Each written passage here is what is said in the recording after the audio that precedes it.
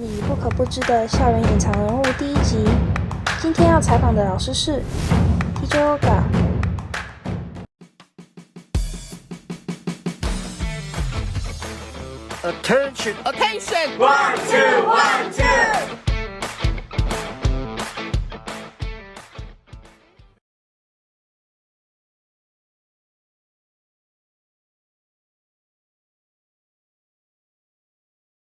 Everyone, welcome to 1212 English Radio. 我是佩奇。Today, we have Teacher Olga to share her teaching experience with us. Hey, Teacher Olga, could you tell us why did you want to be a teacher in the first place? Well, I always wanted to be a teacher, so I think I started to be a teacher for my classmates when I was probably in junior high. Yeah, so I always remember myself teaching someone. Okay.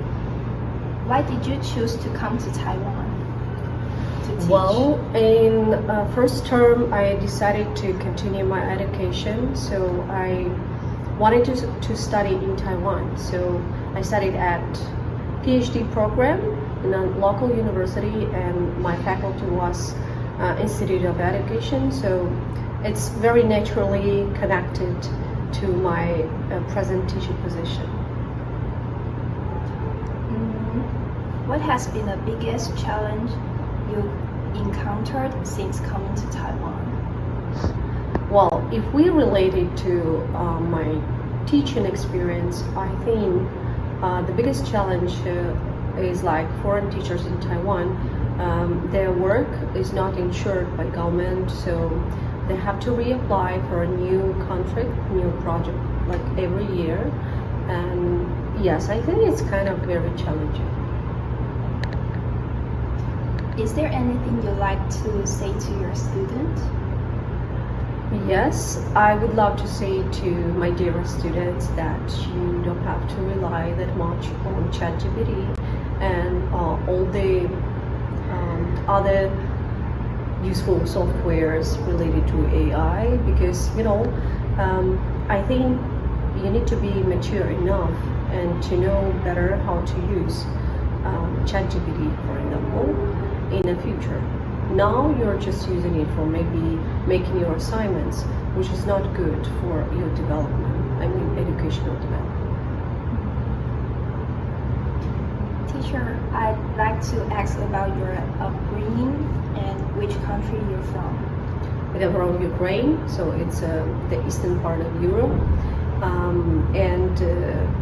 I spent not only my school years, but also university and masters were in Ukraine. It's also very beautiful country. Is a great place, and I miss my homeland, but still somehow Taiwan turned to be my second homeland now.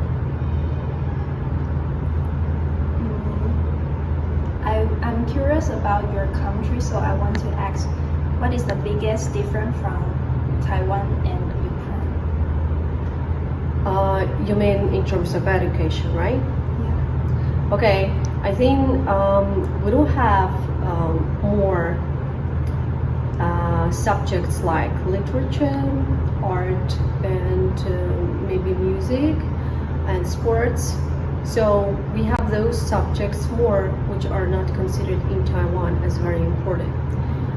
So that is why I think students in Taiwan are more academically developed, but contrary, maybe students in Ukraine, they are more well-rounded.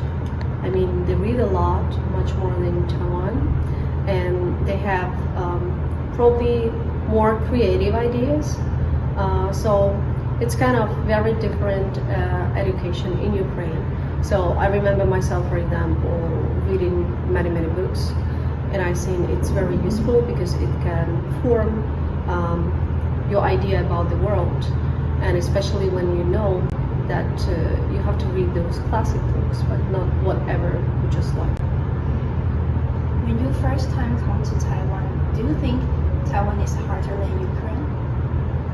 Yeah, sure. Taiwanese climate is much hotter than Ukrainian, And on the one hand, I feel it extremely humid and hot in winter.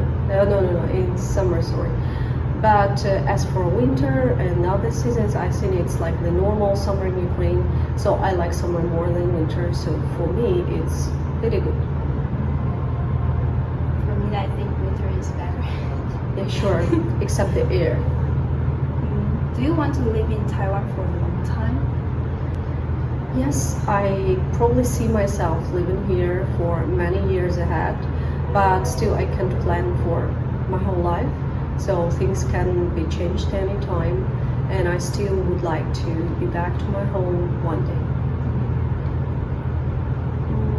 What is your native language?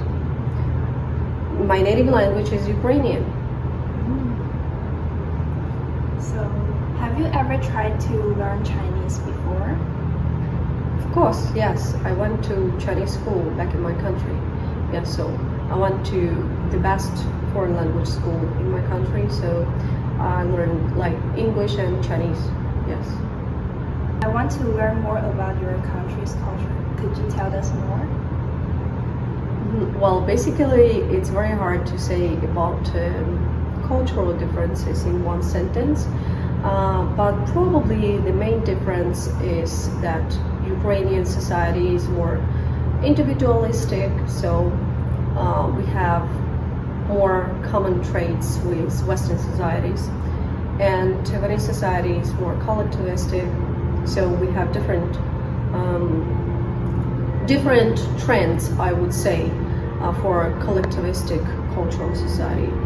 And on the other side, because Ukraine is located in East Europe, so it still has some traits in the middle, I would say.